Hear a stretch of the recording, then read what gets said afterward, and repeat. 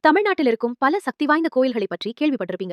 ஆனா, அந்த கோயிலின் பின்னணியில இருக்கும் ரகசியங்கள் பலருக்கும் தெரியறதில்ல. போகர்னு சொன்னதும் உங்க நினைவுக்கு வர கோயில் எது? கமெண்ட் பண்ணுங்க. எத்தனை பேரு பழனி கோயில சொல்றீங்கன்னு பார்ப்போம். பழனிய போலவே சிறப்பு மிக்க கோயில்கள் பல இருக்கு. ஆனா, உள்ளூர் வாசிகளுக்கு மட்டுமே அதோட மகத்துவம் தெரியுது. இன்றைக்கு பதிவுல அப்படி ஒரு கோயில பத்தி தான் பார்க்க போறோம். முழுசா பதிவ கேளுங்க. நீங்க கேட்கிறது பக்தி பீட்ஸ். ஆன்மீக தேடலின் சங்கமம்.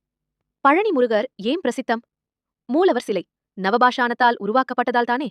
ஆனா இதன் தொடர்ச்சியாக போகர் இன்னும் சில இடத்துல முருகர் சிலை பிரதிஷ்டை செய்திருக்கிறார். அதுல ஒண்ணுதான் பூம்பாறை குழந்தை வேலப்பர் கோவில்.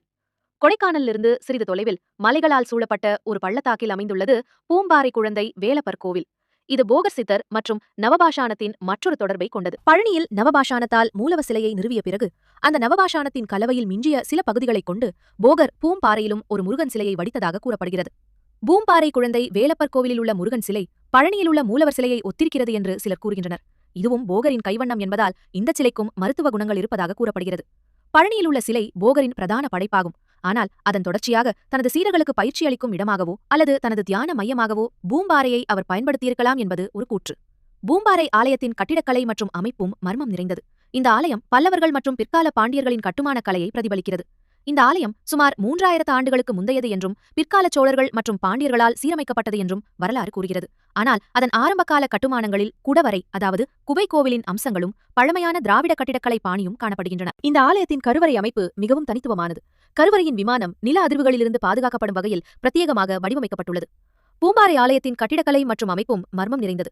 கோவிலைச் சுற்றியுள்ள மலைப்பகுதிகளில் போகர் மற்றும் அவரின் சீடர்கள் ரகசியமாக தியானம் செய்யவும் ரசவாத ஆய்வுகளை மேற்கொள்ளவும் பயன்படுத்தியதாக நம்பப்படும் மறைக்கப்பட்ட குகை வழி ஒன்று உள்ளது.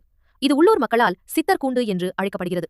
பூம்பாறை கிராமம் பழங்குடியின மக்கள் அதிகம் வாழும் பகுதி. இந்த ஆலயம் காலங்காலமாக அந்த மக்களின் வாழ்வோடு பின்னி பிணைந்துள்ளது. பல ஆண்டுகள் இந்த கோவில் சிதிலமடைந்து காணப்பட்டது. சமீப காலத்தில்தான் பக்தர்களின் தீவிர முயற்சியால் மீண்டும் எழுப்பப்பட்டு இப்போது அதிக கவனம் பெற்று வருகிறது. இருப்பினும் இங்குள்ள மூலவரின் சக்தி மற்றும் நவபாஷாணத்தின் தாக்கம் அரிதாகவே பேசப்படுகிறது. ஒரு அரிய புராண குறிப்பின்படி பூம்பாறை முருகன் சிலையை தேவர்களின் தலைவனான இந்திரனே ஸ்தாபித்தார் என்ற நம்பிக்கையும் நிலவுகிறது. இந்திரன் தன் பாவங்கள் நீங்க இங்கு வந்து முருகனை வழிபட்டதாகவும் இதனால் இத்தலத்திற்கு இந்திரபுரி என்ற பெயரும் உண்டு என்றும் கூறப்படுகிறது.